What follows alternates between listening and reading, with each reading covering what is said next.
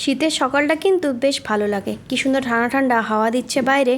তো এই যে ঘুম থেকে উঠে ফ্রেশ হয়ে একটু জানলার বাইরে দাঁড়িয়েছিলাম, কিন্তু দাঁড়ালে তো আর চলবে না, চলেছে রান্না বান্না। তো এইদিকে দেখো চলে এসেছি, আজকে সমস্ত সবজি দিয়ে একটু পালং শাকটা রান্না করছি।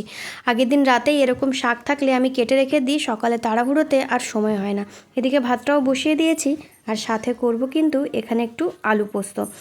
আর এই যে মামামের জন্য টিফিন বানাচ্ছি, আজকেও কিন্তু আমার কাছে আবদার করছে একটু পিৎজা নিয়ে যাওয়ার জন্য। তো ওই যে ব্রেডের উপরে একটু ক্যাপসিকাম, পেঁয়াজ, অল্প একটু টমেটো সস, একটু চিজ দিয়ে একটু সেঁকে দেবো যাতে চিজটা গলে যায়।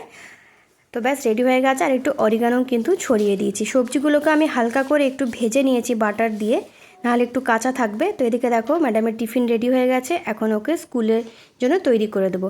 আর এদিকে রান্নাও কমপ্লিট হয়ে গেছে, একদম সিম্পল মেনু করেছি। তারপর মামামের জন্য কিছু জিনিস অর্ডার করেছিলাম, সেগুলোই আর কি এসেছিলো, তো সেটাই নিচে গেছিলাম নিতে। আর ব্রেকফাস্টের জন্য আজকে বানাচ্ছি হচ্ছে একটু চিড়ের পোলাও। তো চিড়ের পোলাওয়ে আজকে একটু শুধুমাত্র আলু আর পেঁয়াজ দিয়ে বানাচ্ছি, অল্প একটু কারি পাতা দিয়েছি। তো আমি কিন্তু সবজি দিই, কিন্তু আজকে একদম ইচ্ছে করছিল না, তো এরকম সিম্পলভাবে কিন্তু বানিয়ে নিয়েছি। আর নামাবার আগে অল্প একটু ঘি ছড়িয়ে দেবো। আর বাদামটাকে আগে ভেজে রেখেছিলাম, বাদাম দিলে কিন্তু চিড়ের পোলাওয়ের টেস্ট কিন্তু অনেক গুণ বেড়ে যায়।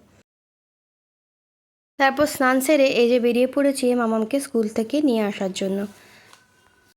তারপর ধোসা বানাবো বলে এদিকে চাল আর ডালটাকে কিন্তু আগের দিন রাতে ভিজিয়ে রেখেছিলাম, এখন এটাকে পেস্ট করে নেব। তো এটাকে ফার্মেন্ট হতে সময় লাগে প্রায় 8 থেকে 9 ঘন্টা। আর এদিকে দেখো বিকেলে আজকে ধোসা বানাচ্ছি। তো ধোসা রেসিপি যদি তোমরা চাও অবশ্যই আমাকে কমেন্টে জানিও, তোমাদের সাথে শেয়ার করে দেবো। খুবই সহজ, মাঝে মাঝে কিন্তু আমি বাড়িতে বানাই। আর ঘরে এত সুন্দরভাবে বানানো যায় আর খেতে এতটা টেস্ট হয় যে বাইরের ধোসার থেকেও কিন্তু দারুণ লাগে। আর তার সাথে কিন্তু 2 রকমের চাটনিও আমি বানিয়েছিলাম। তো এই যে মামাকে এখন দিচ্ছি, কেমন লাগে।